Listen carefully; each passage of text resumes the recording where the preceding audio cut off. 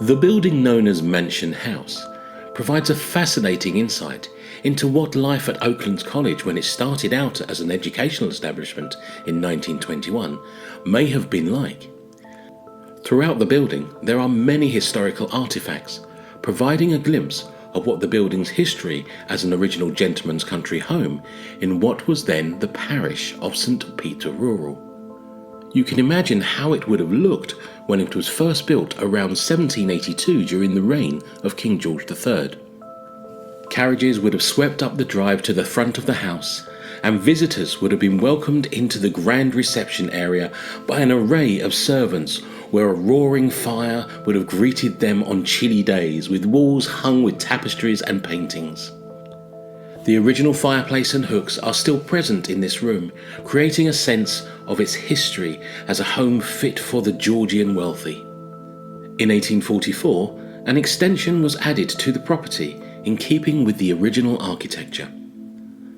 A tour of the building during modern times shows how many old fittings and fixtures remain on the site, providing a glimpse into the history of the building and the people who lived and worked here. Up until the Second World War, the Oakland site would have retained many of its natural rural beauty before undergoing wartime transformation. Yet whilst the site has been expanded considerably since then to meet the growing needs of its prospectors, it hasn't lost that magical countryside feel as you arrive at the campus and follow the sweeping drive towards the site in front of you. At the Sandpit Lane end of the campus, the Italian prisoner of war camp was located, and whilst you cannot see any of the remnants of the encampment itself, you can see why it would have been located at the top end, away from the Mansion House and the main college buildings. Attitudes towards POWs held in the UK was quite different to that in Europe, and whilst they were effectively alien prisoners, their time at Oaklands would have been relaxed when it came to security of the camp. They would have worked the land whilst residing on site and got to know the students and staff based there throughout the war, including, no doubt, many Land Army girls. The iron pull handle of the original doorbell is still nesting on the wall adjacent to the front door, and whilst the leaded light windows on the front door have long been replaced, you can just imagine how beautiful the view would have been 230 years ago from the front of the house, when servants would have hastened to answer the door to visitors. 2 high-status rooms are in full use still on the first floor of the building, providing a glimpse into what was likely to be the main reception room, along with the original dining room. Many of the original features of the house remain, which is all part of the appeal of Oaklands.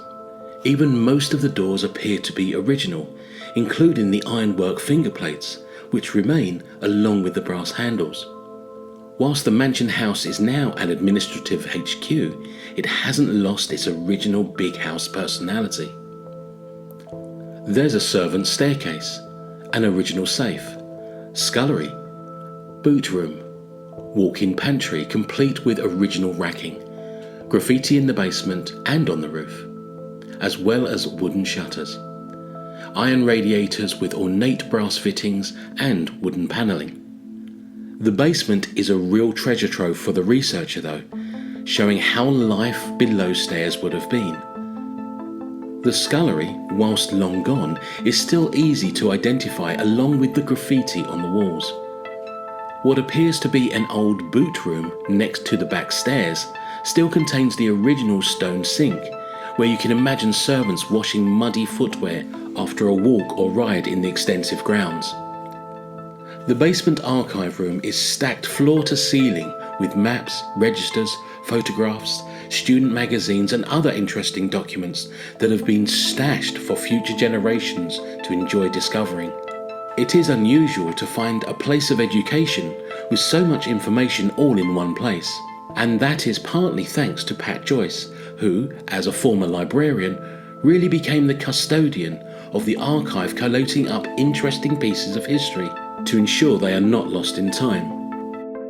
There are so many interesting documents which shine a light onto the 100-year history of Oaklands College.